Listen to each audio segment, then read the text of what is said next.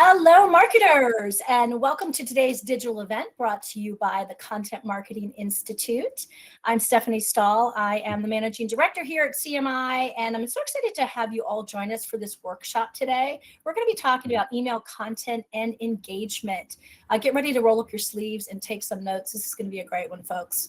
Please welcome to the virtual stage, we have Jay Schwedelson. He is the founder of SubjectLine.com and Guru Media Hub. It is so nice to see you here today, Jay. I can't wait to hear all the guidance you have to offer us to help us boost engagement. Welcome. I'm excited. I'm ready to talk too fast. This is going to be amazing. All the things. All right. I'll see you for some Q&A then. All right. Uh-oh, it's me time. Here we go. First of all, thank you everyone for being here. You can drop in the chat where you're from. I'm in South Florida. Hopefully you're freezing cold because it's like in the 80s here, and I like to make fun of everybody. So I have no friends very, very fast. I have no friends anyway because I'm just have no work-life balance. Not important. So I'm going to rip through a lot of stats, a lot of information, a lot of trends, tactics, and things. And I'll tell you, the thing that bothers me when you go to any session, especially anything about marketing tactics and whatever, they share stuff from a year ago, 2 years ago, and that's not meaningful. Everything is changing so fast, it's ridiculous. So I want to share where my data comes from. So what I do for a living, not that that matters. I just want to share where my data comes from. I have this media company. We put on these really large conferences about email marketing, event marketing, you name it. And I also have an agency, and my agency works on behalf of like about 1,000 clients. We're running marketing campaigns, email campaigns, direct mail campaigns, social media campaigns. But especially in the world of email and content, we're always focused on what is working now. What's working to get your emails open? What are the offers that are working? What are the subject lines that are working? What should you be doing with your data? And we execute about 6 billion emails a year across 40,000 campaigns. We aggregate that data. That's where it comes from. So that's what I'm going to be sharing with you today is what is working literally right now as opposed to other garbage. So I do talk really fast, super annoying. And the one thing I'll tell you you'll get out of the session is a lot of anxiety because I've had no coffee today. This is me like on as low as I can be, and I'm trying to be calm, but it never works. And so I'm going to go through so much stuff. It's going to be a fire hose. Is that a thing? A fire hose? Fire hydrant? Whatever. Who cares? And I make my own memes. They're all terrible. Let's first talk about offers and content. Okay. Here's the thing about offers and content. So often we're like, oh, we can't get anything to work. Email marketing doesn't work for us anymore, whatever. That's not the situation. The situation is you're not with it. You're not putting out the actual offer formats that people care about. When is the last time you downloaded a white paper and read it? I've never done that. I'm not even capable of understanding what's in a white paper. When I see white paper, I get intimidated. I'm like, ooh, I barely got through high school. I can't read a white paper. So what we look at is, and what you always want to be thinking about is, it's not just, oh, we have this great new research that we did. How are you packaging that research? And in what format, type of content is it that you are then promoting via email and social media and whatever else you're doing? So for example, we have seen this, okay? In the last 60 days, we looked at year over year, which of these content formats are surging in terms of people are consuming them, when you are marketing these out. And the things that are surging the most right now, swipe file is number one. A swipe file is like, hey, these are the 7 biggest tips in marketing right now. And then it's literally just a carousel. It's literally a PDF that has, 7 things in it. There's no official thing of what a swipe file is. A quiz. We love quizzes. They crush it. Cheat sheets. Everybody wants to cheat. When you think about AI, what is AI? AI is just cheating. That's why cheat sheets work so, so well. Blueprints, right? Calendars, especially right now, it's about to end. Calendars are about to run out in the next probably 2 to 3 weeks. But the things that are doing terrible are things like, for example, an ebook, right? A white paper, an infographic. If your go-to-market content format is an infographic, I want to welcome you to the 1990s because you're stuck in the 80s. Who uses an infographic anymore? So what happens is we're using the wrong format types. And you want to be thinking about what you are calling things. There is really no difference between what is a blueprint? I mean, what are we really saying? What is a blueprint and a toolkit? You need to be A/B testing the format names of your content and taking all that great content you have and packaging it up into different things. So I'll give you this is kind of interesting. We looked at, for example, all the different major types of content formats that are out there. And we said, which ones, okay, have the highest click through rates versus just a generic product offer that you send out there. And what we found in descending order, these are the content formats that are having the highest consumption rate, the highest click through rate right now. So, for example, the top list, right? The seven things, the top seven HR software tools, you know, the top five most read blog posts on our thing. Whatever your top list is, and whatever most, you always want to have most, our most read blog posts, our most downloaded podcasts, our most viewed articles. All we care about in humanity, there's only one thing we care about. We care about what everybody else thinks. We want to know what everybody else is doing. We're voyeurs. This is why reality TV exists. This is why you won't get in an Uber that has under a 4.2 rating. Okay. This is what we care about. So when we see that this is something that's on the top list or this is the most, you have this content already. You don't even need new content. Just go and see whatever you have the most. And then you end the checklist, 2-minute video. But as you go further down, right, you start to see these things that, okay, I need to promote this case study, right? I need to promote the case study. Here's the thing, and I'll get into that in a slide or two. You always want to think about is not all content is created equal. All right. So let's talk about webinars. Here we are. We're on a webinar. Okay. We are on a webinar. Webinars are a horrible word. I am on a mission in my career. They're going to say, Jay, when I'm old and it's like the end, and they're saying, oh no, Jay, the Grim Reaper's here. What do you want to say? I say, well, I hope I helped humanity get rid of the word webinar because the word webinar is possibly the most boring word in the history of the world. As a matter of fact, this is called a workshop. I'm so happy it's not called a webinar. And here's why. And this is the mistake we make. We think that webinars are dying. We think we can't use webinars to drive our performance, but they're so great. They really get the word out there. Webinars are amazing. We're just packaging them wrong. What do we all do as marketers? When we have a webinar we're promoting, we send out an email and we stick webinar in the subject line. This is what we do. We love doing this. This makes no sense. There's never been a human being on earth that when they got an email and they see the first word of a subject line and it says webinar, they go, oh my goodness, this is awesome. I'm so excited. This email is going to be about a webinar. Yes, nobody's ever done that. If you do that, that's super weird. Okay. And the reason I tell you that is you're literally starting out your emails with the single most boring word in the English language. So, what we do is constantly we are testing head to head. We take the exact same webinar promotions that we're doing. Okay. We take the same speakers, the same creative, the same copy, the same date, the same everything. We split our databases for our clients. We're always trying to help them drive net new registrations. And all we do is we change the name of the format. We say, test A is webinar is the name of it. Same exact thing. We call it live event. Webinar versus insider session. Webinar versus virtual event. Webinar versus digital workshop. And what we have found when you call it basically anything other than a webinar, okay? Like, for example, webinar versus insider session, 25% higher registration rate when everything else is the same. Everything's the same. So this is how we win. When we think about marketing, like, oh no, that's a little cheesy. That's like, I don't want to do that. That's a gimmick. That's called marketing. We need to repackage. What would you rather attend? A webinar or an insider session? I mean, come on, no brainer. So when you are thinking about setting all this stuff up, this is what we need to be thinking about. Now, yeah, the other problem is how do we get people to show up? How do we get everyone to show up? It's so hard. On demand has ruined humanity.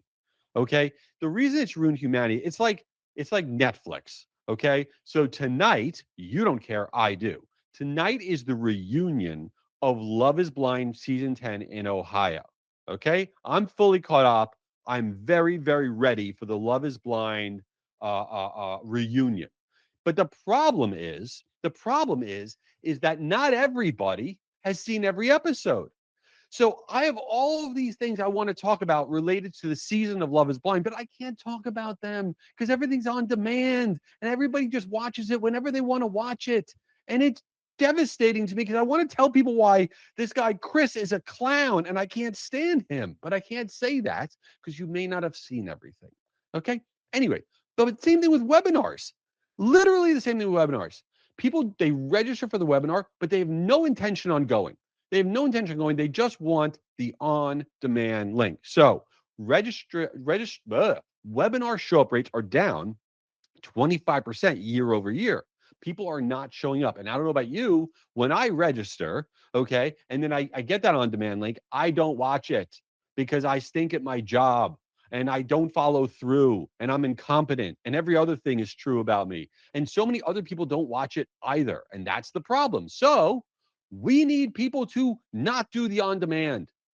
What we are trying to do as a humanity is let's make everything available all the time. So that way nobody ever misses the thing. But here's the thing, by doing that, everybody's missing the thing because nobody's watching the thing. So we need to get people to actually show up. How can we get people to show up? Here's some interesting stats. This is pretty wild.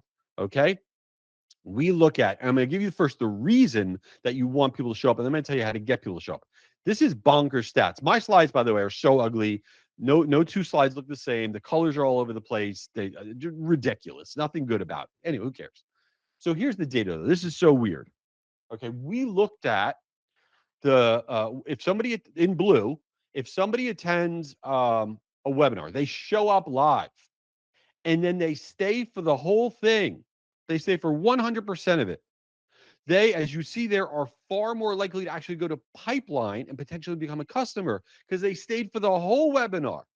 And as it goes down, they stay for less and less and less. Like if they stay for 25% of the time, they go to pipeline less, right? So we want people to show up and we want them to stay. Now, if they watch on demand, even if they watch the whole thing on demand, they barely go to pipeline. So you making all this on demand and everything's available for everybody and all these wonderful things are going to happen, blah, blah, blah, blah, blah, whatever. You are single-handedly responsible for your business not driving sales. Okay. It's true. It is a fact, right? This is the problem. So and the percentage of people that watch live versus on demand, forget about it. Nobody's watching anymore.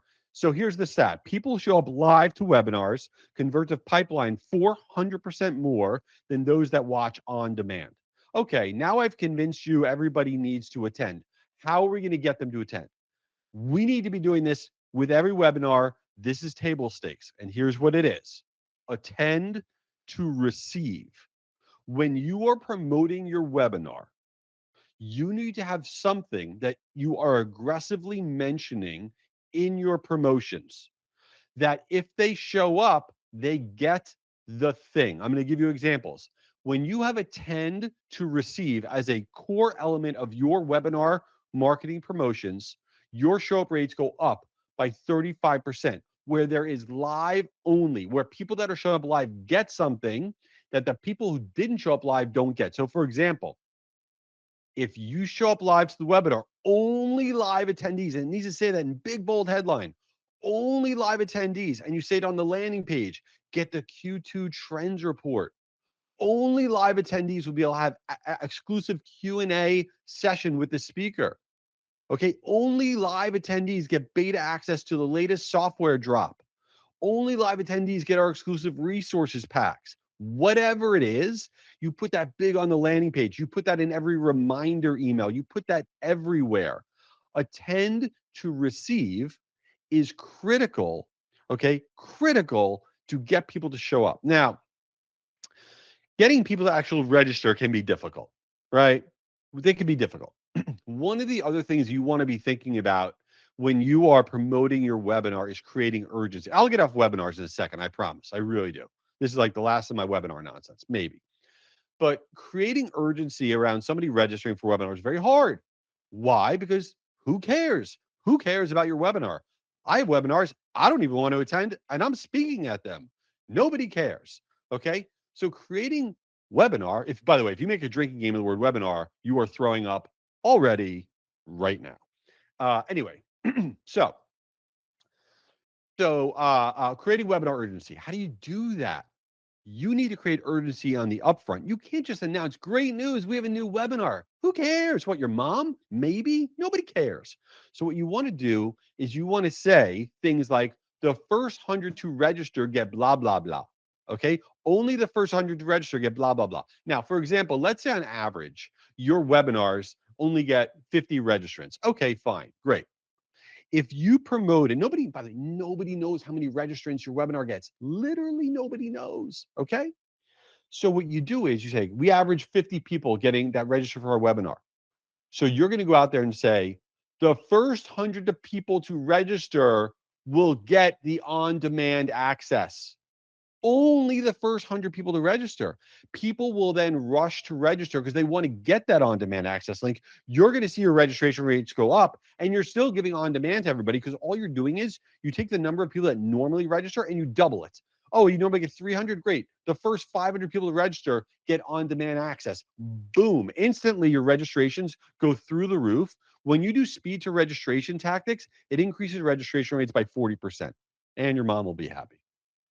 So let's talk about other things. This is a soapbox that I can't stand.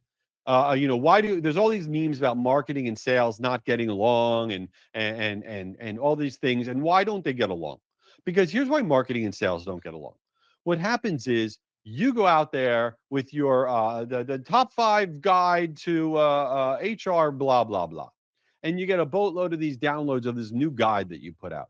And then that feeds right into the CRM and your BDRs. Your salespeople start calling these leads of these people that downloaded this guide. And then you get on a call with sales and like, these leads stink.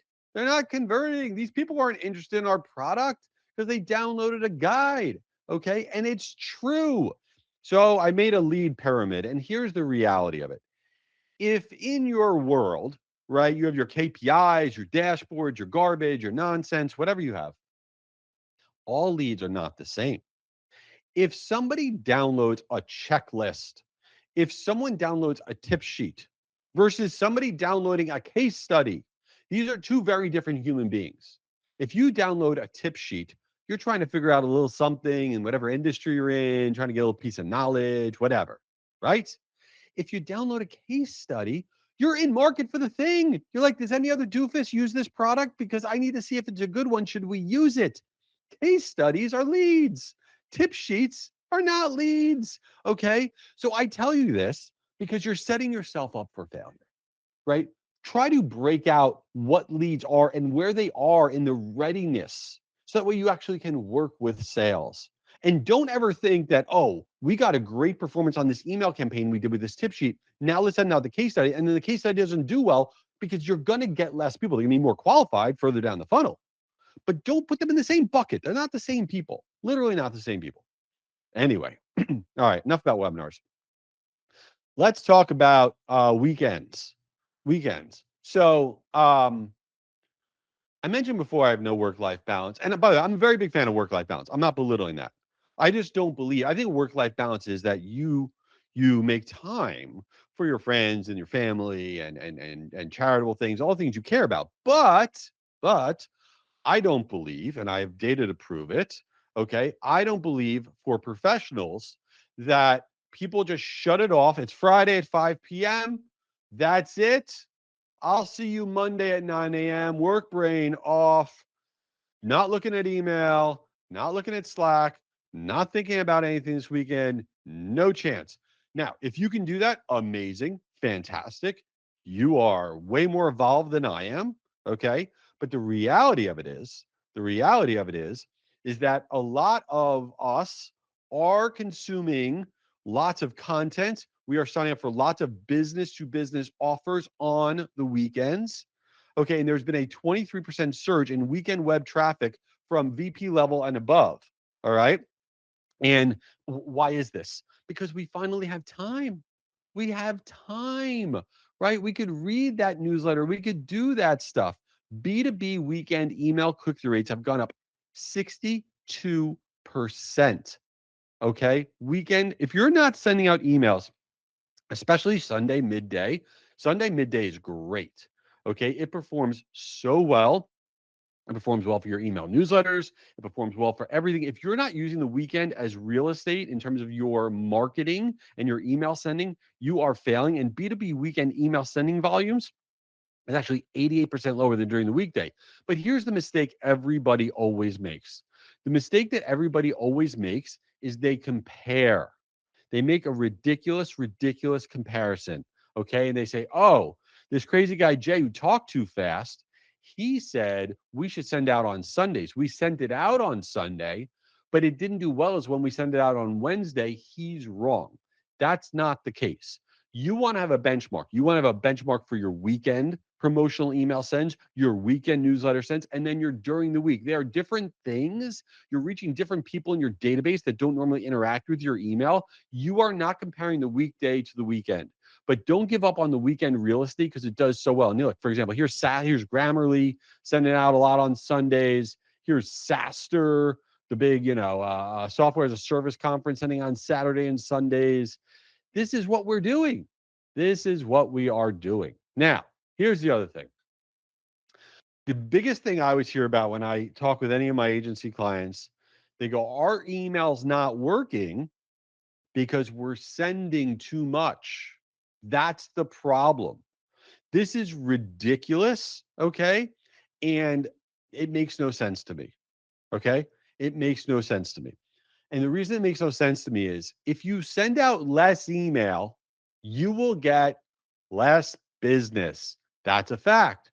The reason your emails are not doing well is not because you're sending out too much email. The reason that they're not doing well is because they're epically boring. They make people want to rip their eyeballs out of their faces. Okay. And nobody wants to see them. It's what you are sending. It is not the frequency and the cadence of what you are sending. There are lists that I'm on that I wish would send me out more email because I love their emails. And I'm sure there are ones that you love too, but then there are lists on that are ridiculous. I mean, if I go and I buy a pair of socks from a brand, it doesn't mean I need an email every single day about socks. Okay. That's just not the way it works. So what you're sending out is the problem. But I'm here to tell you what you're looking at this slide, this horribly ugly slide is I'm here to tell you that on the business side is yellow, the weirdly red color is consumer. How often people are sending out promotional emails to their database on average for real that are not their newsletter. And what you will see here is that the overwhelming majority of people, okay, are sending out easily at least once a week. At least once a week. You have some people sending out every other day. Again, I want to stress you sending out less is not your problem. It's what you are sending out. Make it more interesting, make it better, make it less boring, write better subject lines.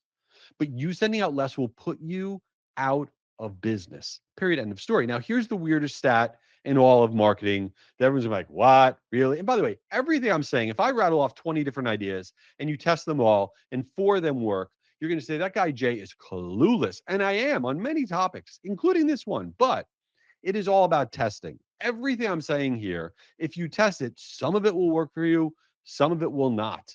Okay. What I will tell you, if you march down the path of Googling what are the best practices for whatever, okay, and that's what you follow, that is a recipe to Nowheresville. By the time something becomes a best practice, it is a legacy piece of garbage, and you always need to be retesting stuff all the time. Now, one of the big topics is how do you stay in the inbox? How do you not go to the spam folder or the junk folder? Okay. And the weirdest thing is no longer is it about, oh, I put the word free in my subject line. That's not a problem. You don't have to worry about that. That's information from 1987. The weirdest stat, though, is in order for you to stay in somebody's inbox, okay, you need to generate engagement. The receiving email infrastructures that are receiving all the email, they like to see, okay, that senders are generating lots of opens and clicks and interaction. And they go, oh, this sender generates a lot of that. Let's stick them in the inbox of other people. And the weird part is, if you don't send out enough email, you can't generate enough opens and clicks and replies and whatever to actually stay in the inbox. So open rates, the percentage of people opening up email actually goes up. 17% consumer, 21% for business when you send out at least 5 times per month. At least 5 times per month. If you send out too few of times, you can't actually generate enough engagement to stay in the inbox. It's one of the most ironic, weird things in all of marketing. In all of marketing. I'm going to skip over this next slide because it's mean. I don't want to be mean to anybody.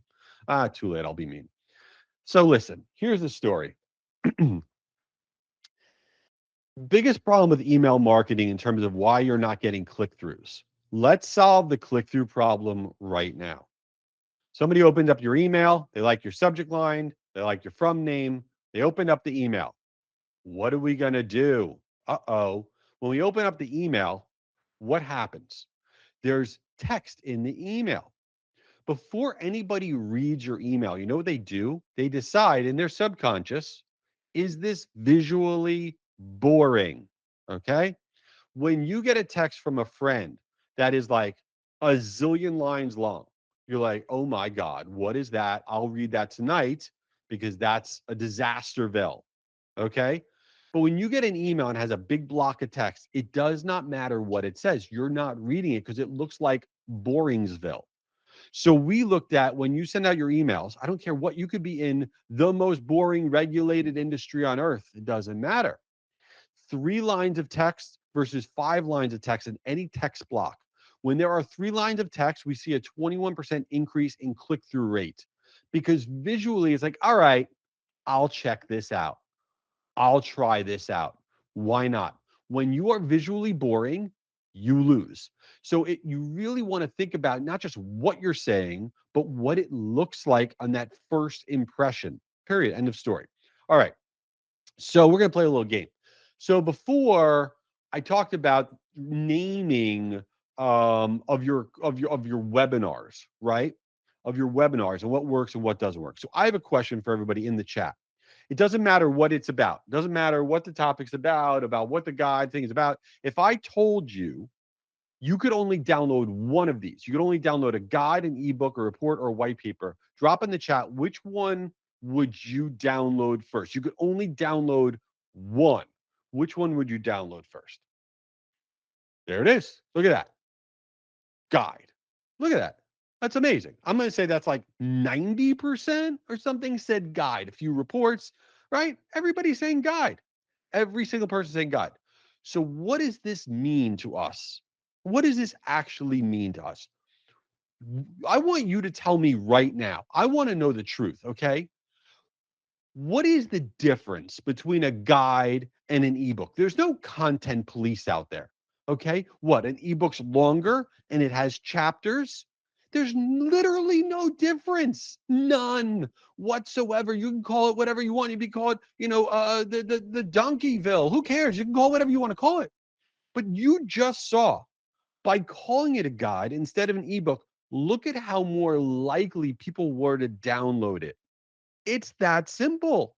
There are no rules. The fail in every marketing department goes like this. Hey, we got that new piece of content they've been working on for 6 years for us to get out, right? And they give it to you, and some rando named that piece of content. Some rando out there named it, and now you think it's a tattoo like Mike Tyson has on his face, and you can't change the name of it. It's not your dog. You could change the name of the content. You could change the name of whatever the format is. You're not married to it. This is what we need to be testing. Okay. It's the same thing for checklists and cheat sheet. A cheat sheet has a 32% higher download rate. When I was in high school, I had my peripheral vision was on fire because I had to cheat. That's what I had to do. I had to get through. Okay. That's why we use AI. We're cheating. Everybody is cheating. Welcome to the world. We're cheaters. Sorry. It's true. All right. Ah, not on your spouses, though. Married 22 years, have the greatest wife in the world. Not on people that you're with. Other than that, cheating's fine. Probably not. There are probably other things. What else can you cheat on? I don't know. Don't cheat on bad things. I don't even know. I have no idea. Please, I'm gonna get so much trouble. Like you said, I could cheat on whatever. Don't do that. I don't even know. Like you're gonna take like the CPA exam. You're gonna cheat, and like this guy Jay did a webinar and says cheat. Don't do that. Don't cheat on like things you shouldn't cheat on. What the hell am I talking about? Who knows? Not me. Oh yeah, don't cheat on your taxes. Good one. Great call. Especially that's very good. Don't share your taxes. Pay your taxes. What a weird segue. Anyway, let's talk about other things. Evergreen. Let's talk about content. This is pretty wild. So, for the longest time, we have all had evergreen content. Okay, evergreen content. Evergreen content means, hi, I'm going to make a piece of content, right? The top ways for law firms to do whatever, the things all small business need to know, the thing that lab directors need to know in setting up safety equipment. And you put this piece of content on your resources tab on your website, and it could sit there for the next 300 years, and it's fine, and people download it, and it's evergreen, and it sits there, and this is what we have done for all time's sake. But the world has changed quite a bit. And here's the craziest stuff about AI. We have to talk about AI. You can't have a marketing session without talking about AI. But I'm actually going to try to give you some useful information about AI. The thing that drives me crazy when you go to any session, people talking about AI, it's like AI is going to take your job, which by the way is ridiculous. AI is not taking your job.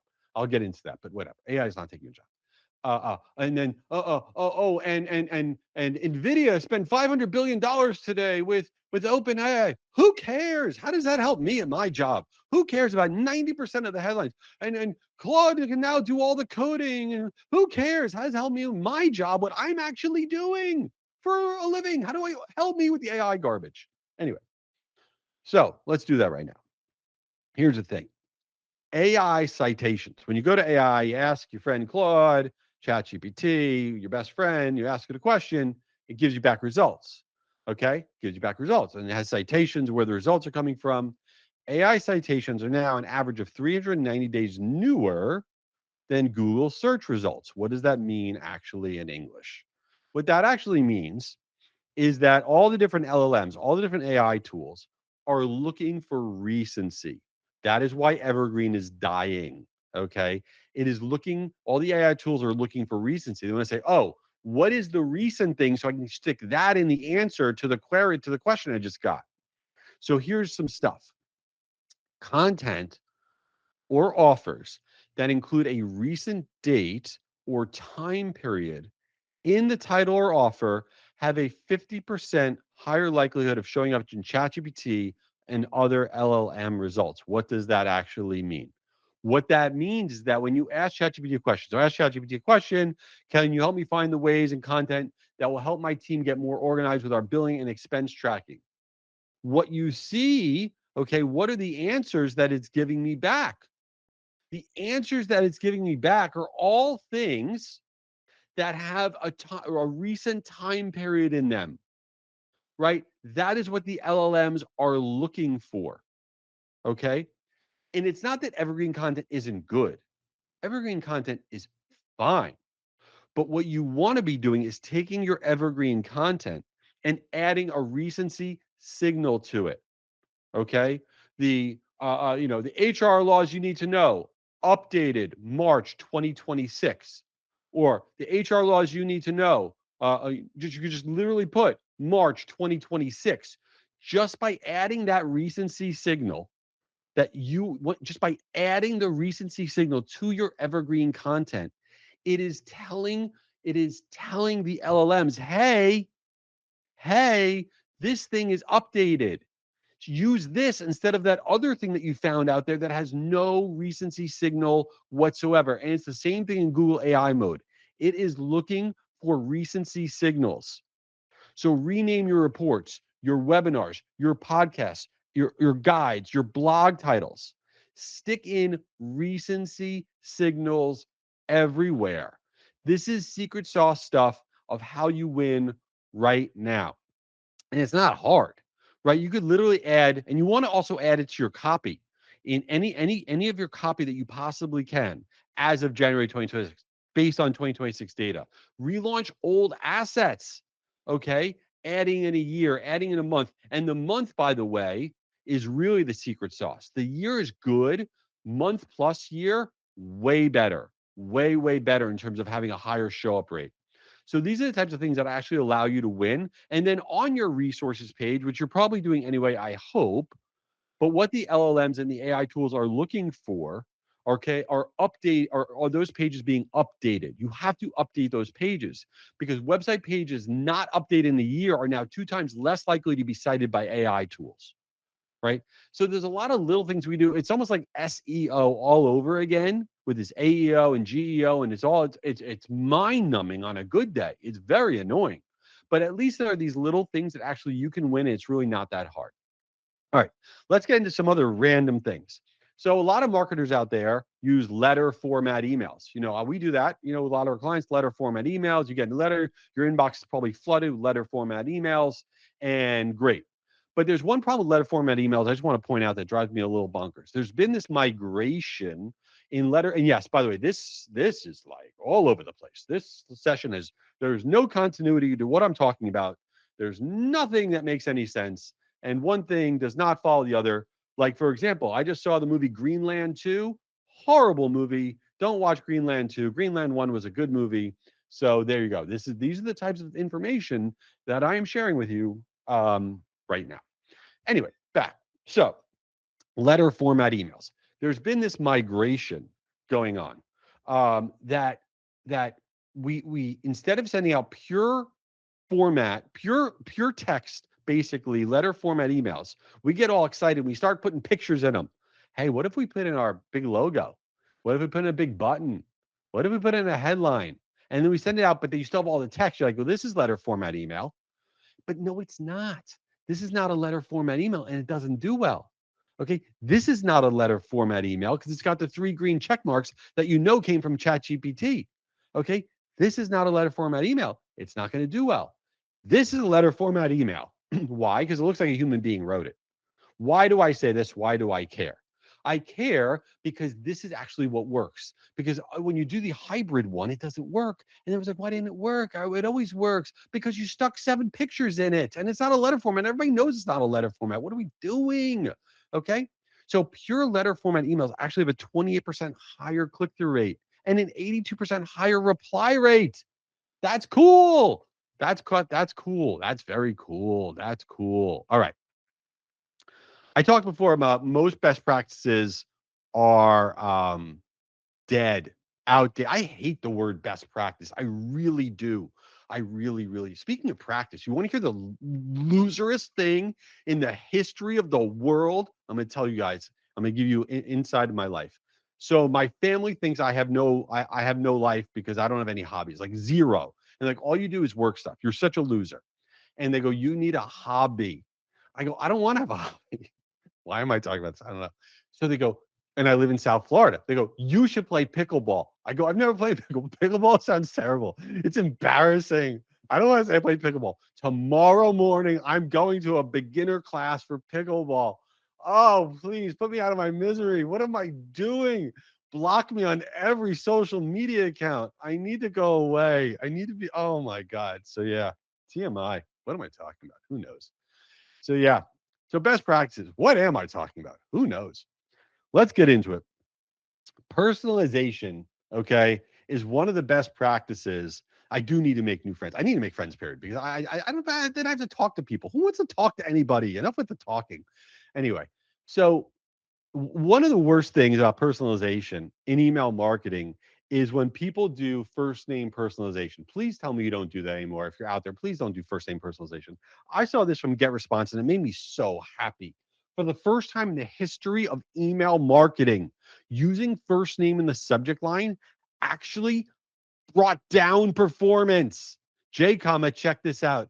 Hooray, the worst tactic in marketing might actually die. That would make me so happy. That is not personalization, people.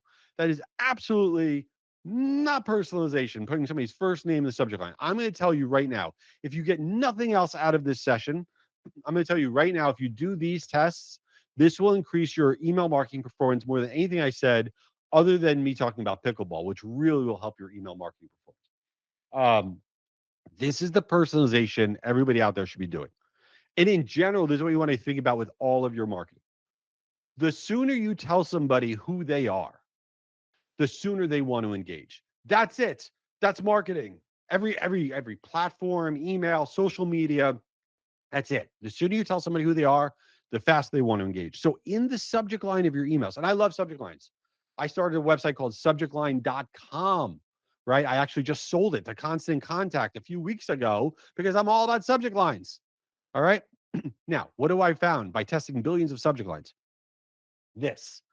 If you personalize in the subject line, for example, the company name of the person you're marketing to, is Acme at risk? If I got an email that says, is Acme at risk? Or Acme needs to know this. Acme's competitors are doing this. I'm opening that up because I work at Acme. It will lift your open rates by over 41% when you personalize with the person's company name. When you personalize with somebody's job function, just for CFOs, I'm a CFO. I need to check this out. This is perfect for content marketers. Wait a minute, I'm a content marketer. I need to check it out. When you personalize with somebody's job function, okay, it increases to 38%. Industry. This is for people just in the medical device industry. This is for people in direct to consumer marketing. Personalize the industry in the subject line. Tell the person who they are. That is it. Longevity, only for new customers, only for our most loyal customers who've been with us 10 years. The longevity of the subject line, personalization, telling the person who they are. Who they are is what works. That is it. All right.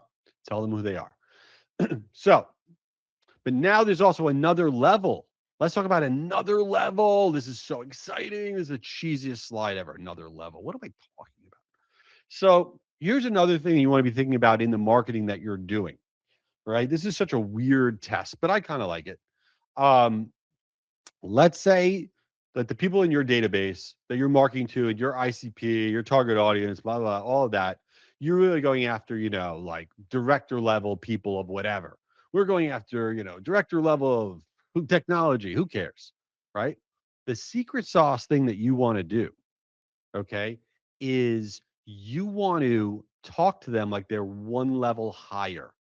All right. Because that's what we all want to do. We all want to know, all right, how they're doing it. I'm a director of marketing. I want to be a CMO. What are CMOs reading? I am a director in the finance group. I want to be a CFO. What do they know?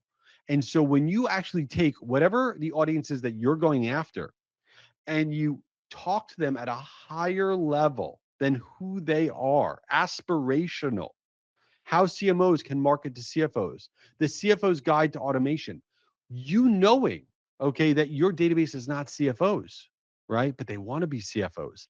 This actually crushes it. Aspirational subject lines are secret sauce to driving engagement. So I love that one. Another one that's working really, really well lately is double personalization. Two things in the subject line, right? Where you're putting in interest plus category, interest plus company size, right? The CIOs, that's the function, right? The CIO's 8-step roadmap to enterprise success. Oh, I'm a CIO at an enterprise organization. This is for me. Double personalization for the win is crushing it. A few other subject line things, and I promise I'll have subject lines.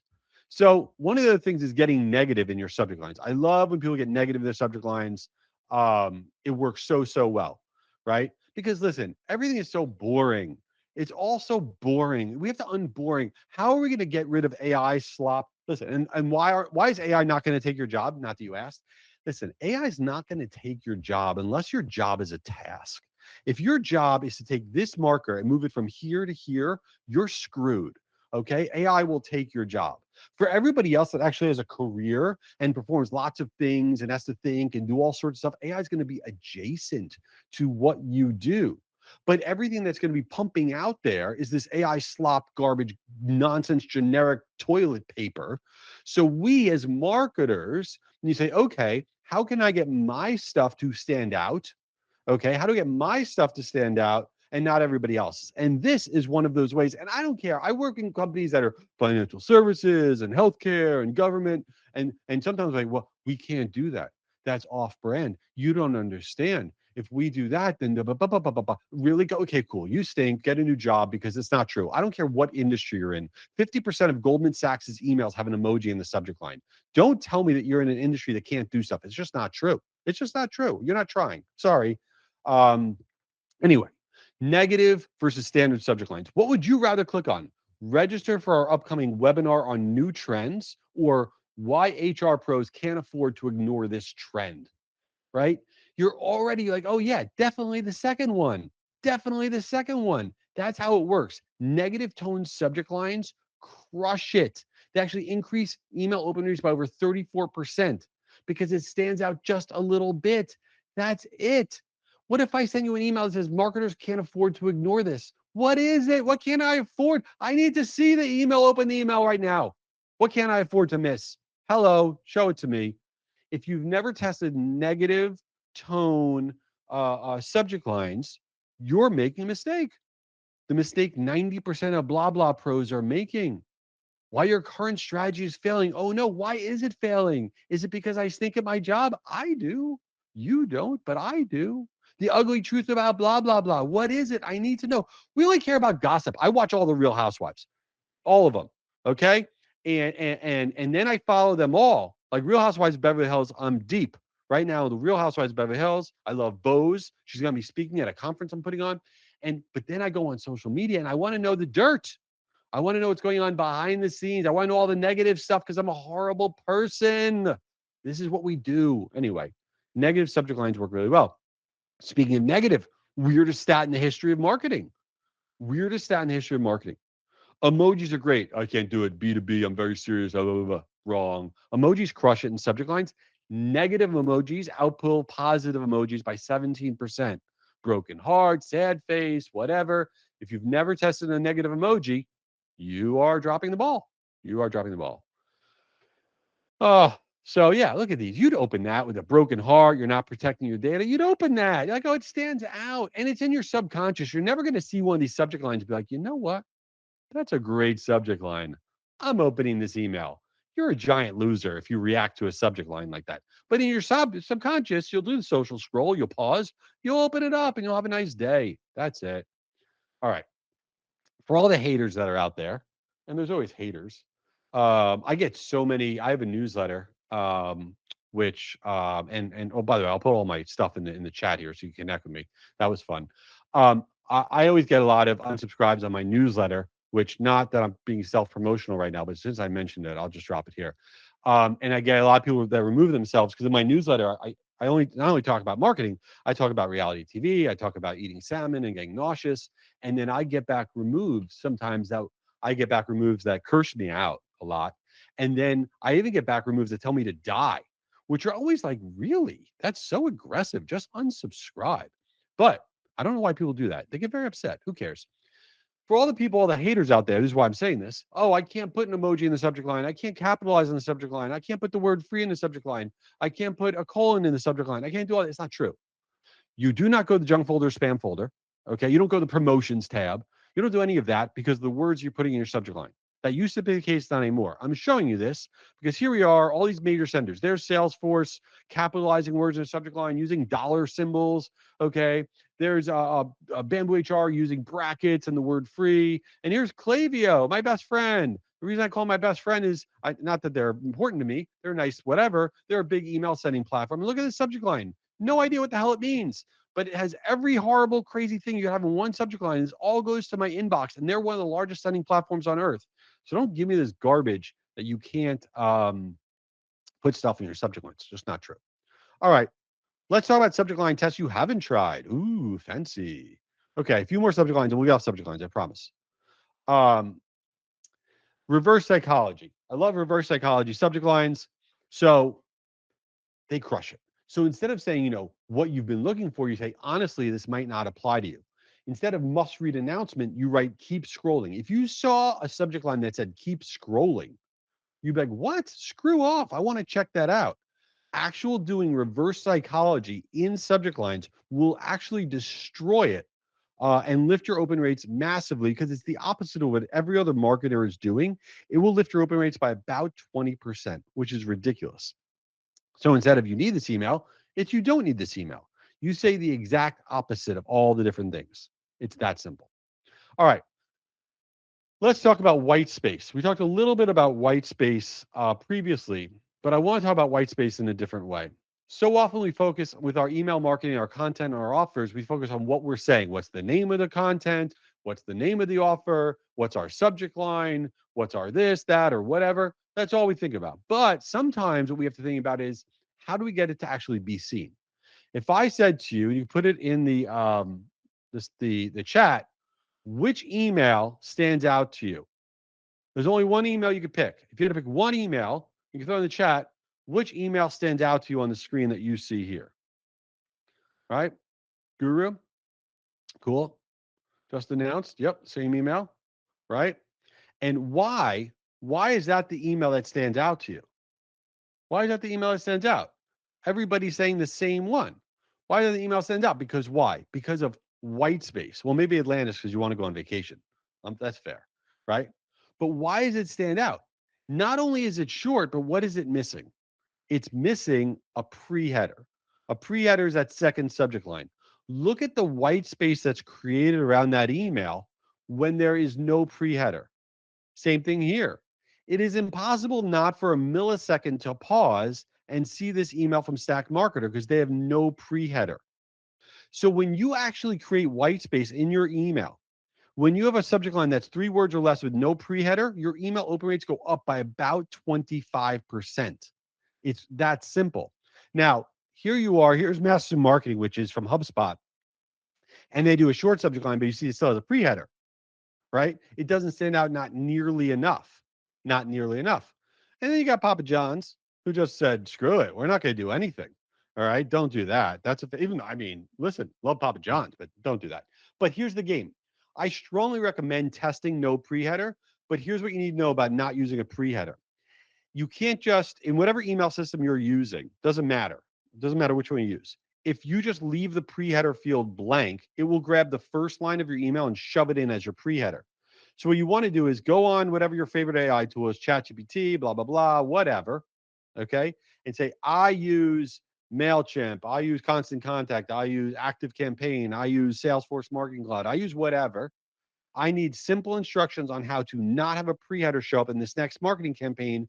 And it will give you some very simple steps on what you have to do.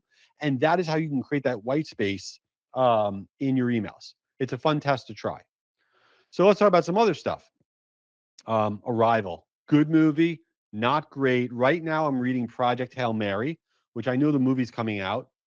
I'm like at 35% in this book. Everyone tells me I need to keep reading it. It is like drag. I know everyone, it's like the greatest book. Everybody loves it. It's dragging. It's too much description. I don't know if I should finish this book, but Arrival was a good movie. Everyone says I should listen to the audio book of Project Hail Mary. And Ryan Gosling is like everywhere now because the movie's coming out. So maybe I should do the audio book. I feel like that's what I got to do. See, too much detail, right? I mean, it's enough. Like, how much? What is going on? Every little corner, the guy blows his nose. You find out about it. Finish the book. I'll finish the book. So anyway, what am I talking about here? We're talking about the fact call to action buttons. Call to action buttons. The buttons in your emails, the buttons on your social posts, the buttons on your landing page, buttons matter. Okay, we're screwing it up. We're royally screwing it up. First of all, uh, uh, it is ridiculous if you're promoting a webinar and your button in your email says register, fail. If you are promoting a guide and the button in your email says download, fail. Okay, I'm gonna. This is a creative writing contest. It's not about what you want them to do. Yes, you want them to download. Yes, you want them to register. Yes, you want them to buy now. But that's not what it should say on the button. It should be what's in it for them. So one of the first things you want to test is thinking about call to action sentences. Sentences, okay? So instead of download, I want top HR tips. You're writing it in first person and you're putting in that function of that person. It's personalized. What would you rather download if you were like looking for this stuff? The word download or I want HR tips. Of course, you're going to click I want HR tips. The words that you're putting on the buttons will radically change your click through rate. So instead of register, save my spot for retail 2026 Outlook. It gets them a little bit excited. And here's the stats. Here's the crazy part. When your call to action buttons include the person's function, their job function, click through rates go up by 22%. Click through rates go up. If it includes their industry, click-through rates go up by 19%. If it's for golfers, just for DIYers, just for new business owners, whatever their interest is, make the call to action button something that is compelling. And please always write your call to action buttons in first person. No more of this register garbage. When you write your call to action button in first person, it will increase your click through rates by 28%. What would you rather click on?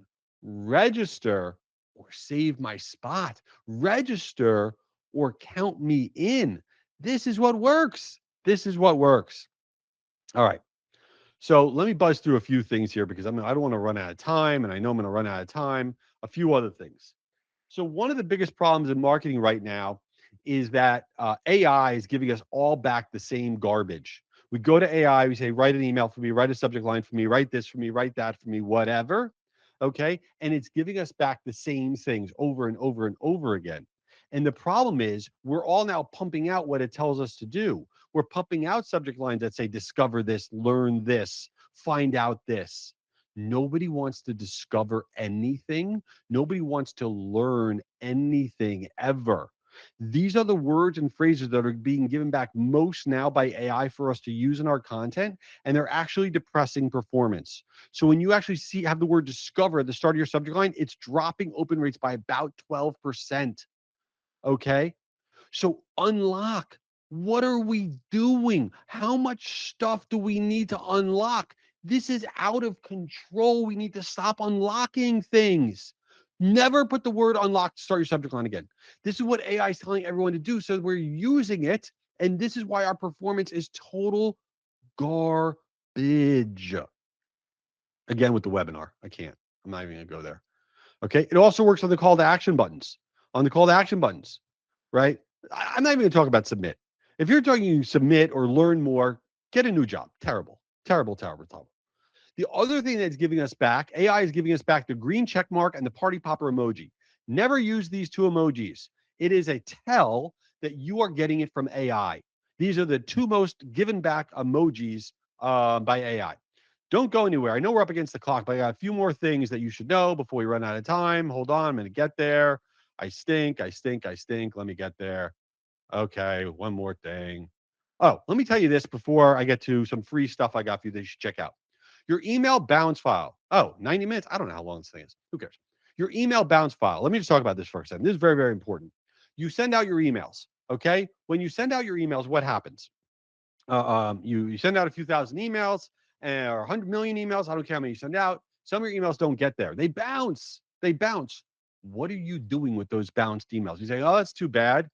They bounced. Take them off the list. Wrong. Two things. Number one, you want to be looking at taking those emails, okay? And you want to be using it now for your account-based marketing programs because you've now just lost the key contacts at those companies. You want to take the domains, the companies of those people from the bounced email addresses, and that is what you want to be used for your paid social media marketing. That's what you need to be using it for because bounced emails are probably the most important data set that you have. If you're just treating them as bounced files, that is a huge, epic, horrendous fail. All right. We don't want to do that. Okay. So a few other things because I know I want to do question and answer. So I'm going to get to the end here because I want to show you some stuff. And I stink, and that's my life story. And who cares? And you're going to get this whole slide deck. So a few things before we get to Q&A if there are any questions. Number one, please connect with me on LinkedIn. I share lots of stuff. I also share a lot of stuff on Instagram, all these different things. So let me be real for a second. And I just put it in the chat. Why am I here? I am here because I want to help humanity, but also my agency, we run demand gen campaigns. We run net new. I could help you get downloads on your content, more webinar registrations, people registering for your events, downloading your SaaS trials, buying your consumer products. I focus on demand gen. I focus on net new. That's what I do for a living. I love to help your company. If you scan this thing, you get access to all of my content.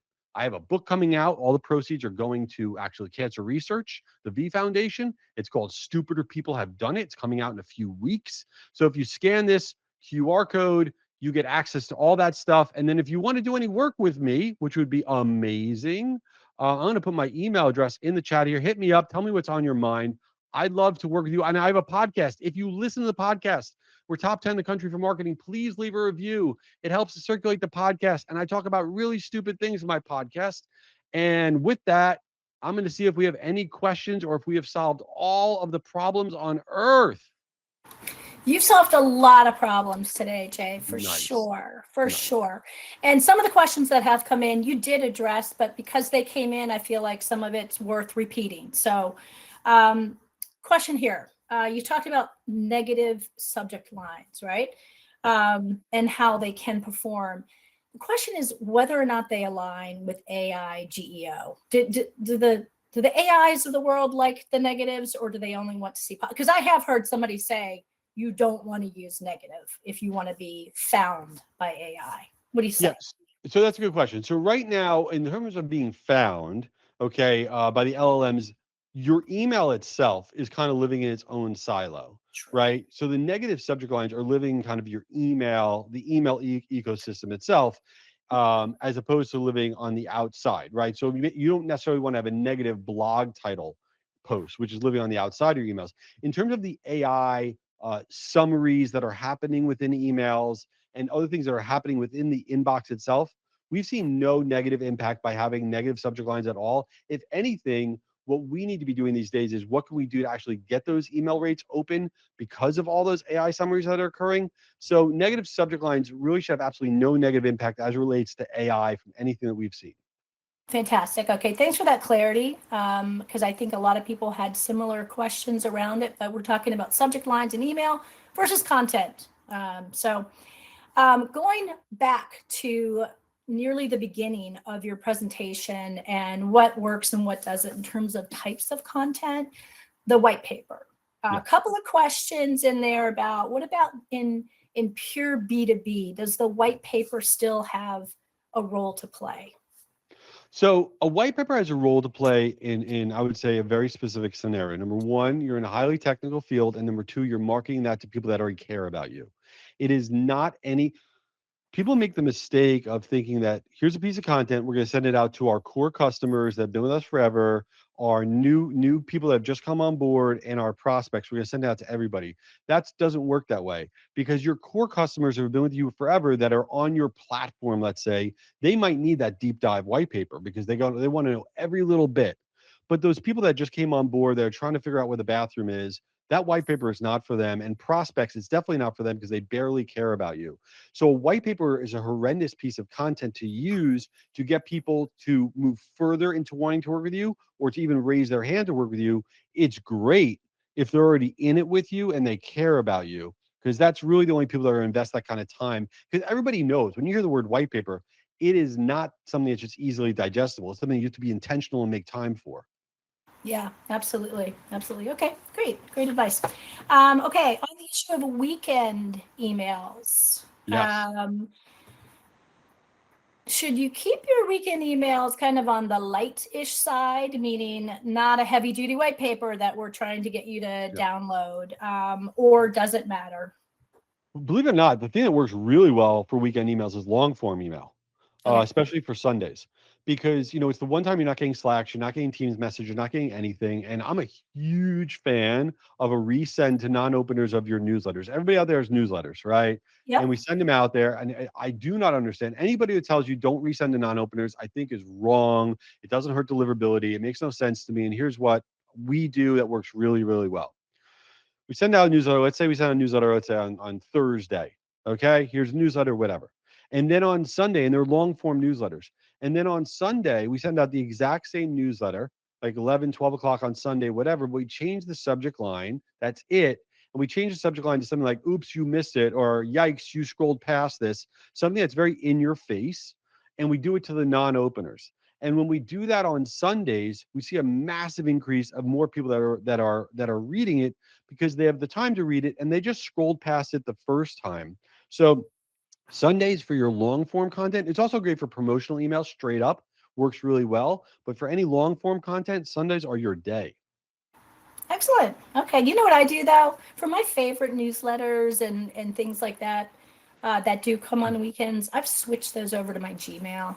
It Mhm. makes me feel like I'm doing a little more leisure reading than I am work, you know? What So, it's interesting you said, and by the way, I know Ann Handley always speaks at CMI, and Ann's newsletter goes out on Sunday mornings yep, religiously, right? yep. Um, the other thing interesting about work email that I didn't have a slide on, which is that we've seen actually a 20% drop in business to business organizations doing required work email address on their forms.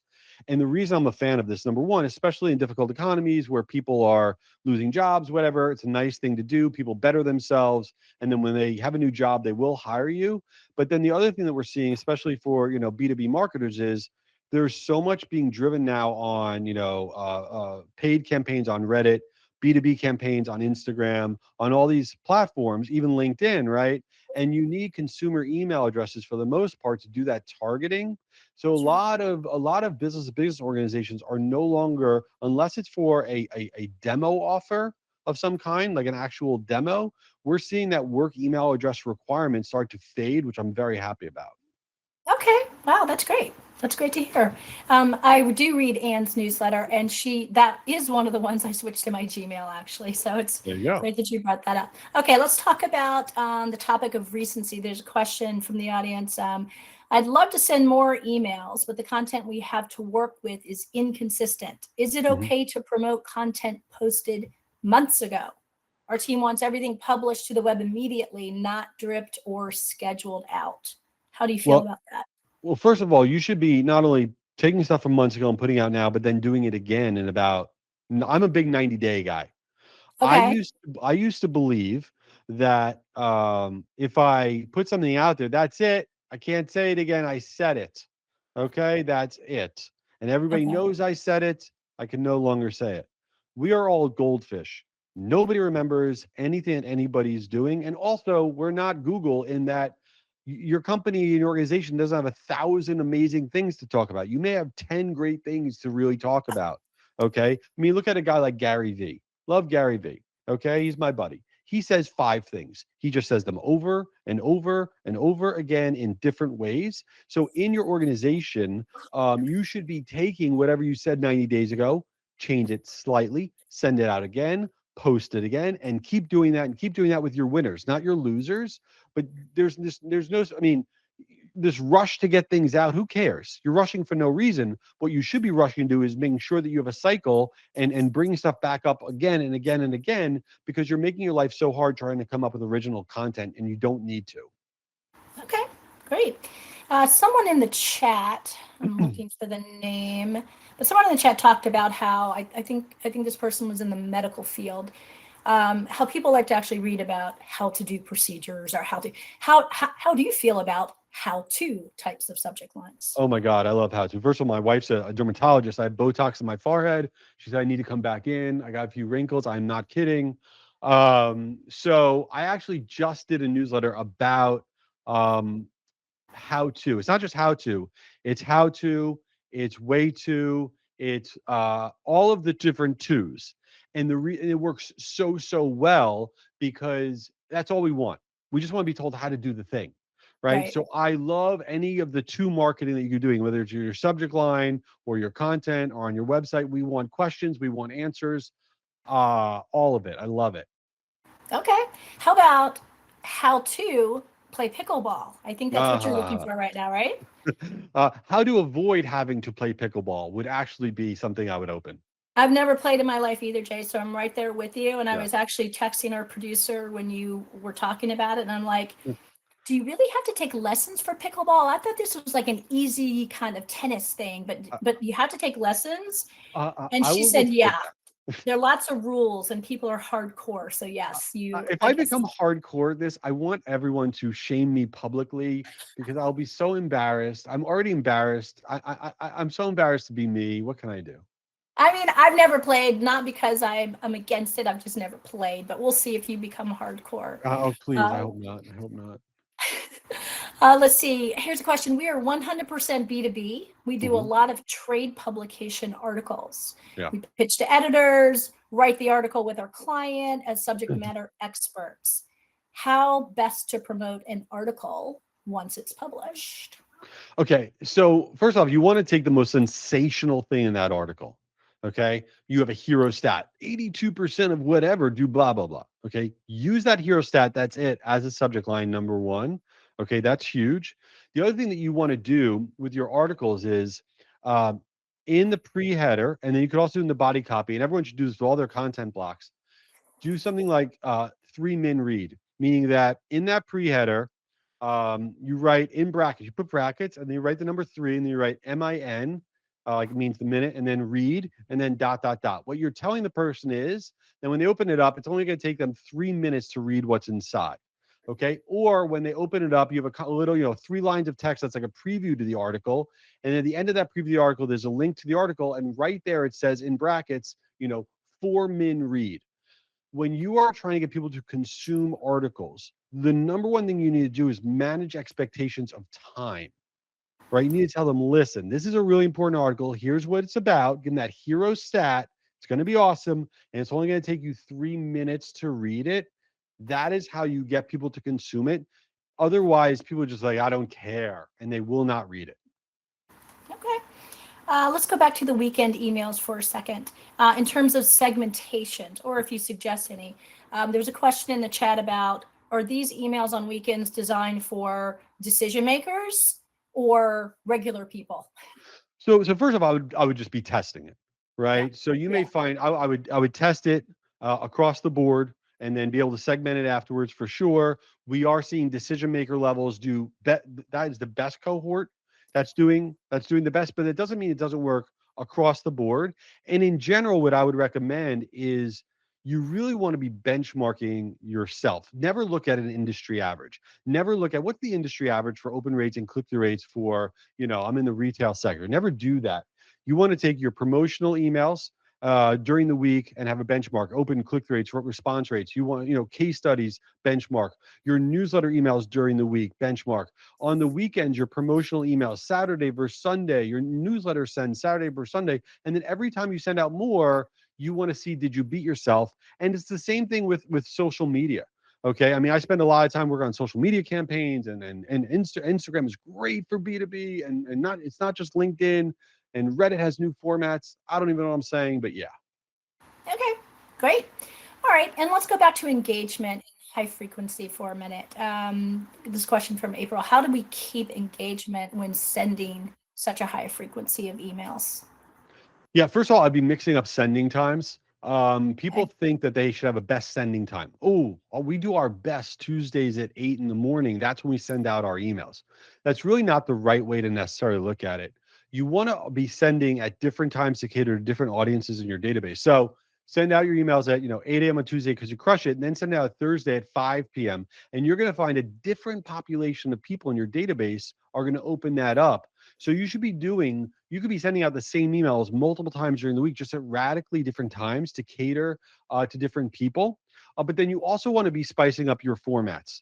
The worst thing that happens in email marketing, this happens like every moment of my life, is a marketer will be out there and I'm like, they make a new template. We got a new template that we made and they hit send on the template, the new email template, and it does great. And everyone's high fiving. Our new template's amazing. No, that's not what happened. You sent out something that looked different, and now you have confirmation bias that that new template is the reason that it's winning. No, Mhm. you need to have lots of different formats. You need a letter format. You need a long form format. You need a single image format. You need one that has a meme in it. You need totally radical different formats, and you kind of have to keep the person guessing a little bit. If everything looks the same, there are some senders out there that right now, if I said to you in your mind, you could see what their email looks like without even opening it up. That's a problem because Yeah. you're not opening up because in your mind, your subconscious, you already know what's in there. You need to keep people guessing to keep the engagement high. Love it. Okay, A/B test, folks. A/B Yes, test. everything. Everything, timing, everything. So Yes. fantastic. All right. Um, to the audience, a reminder that you can download a copy of the slides. There was so much good information in all of the slides. Download before you leave us today to take with you. And Jay's contact info is all in there too, as well Yeah. as in the chat. If you come up with a question in the next 2 minutes and we didn't get a chance to ask it, don't worry. We will share all of the questions with Jay so he can get back to you on those. And would love to also invite you all to join us in Denver in October for Content Marketing World. We'll talk about these kinds of topics and so many more. Our agenda will be published soon, and we'd love to see you there. Jay, thank you so much for this very informative workshop, not webinar. We really, really appreciate it. Thank you for your time Thanks today. for having me. Yeah, Thanks appreciate to it. the audience too. Great Great being here, questions everyone. today. Thank you all. Bye, everybody. Bye.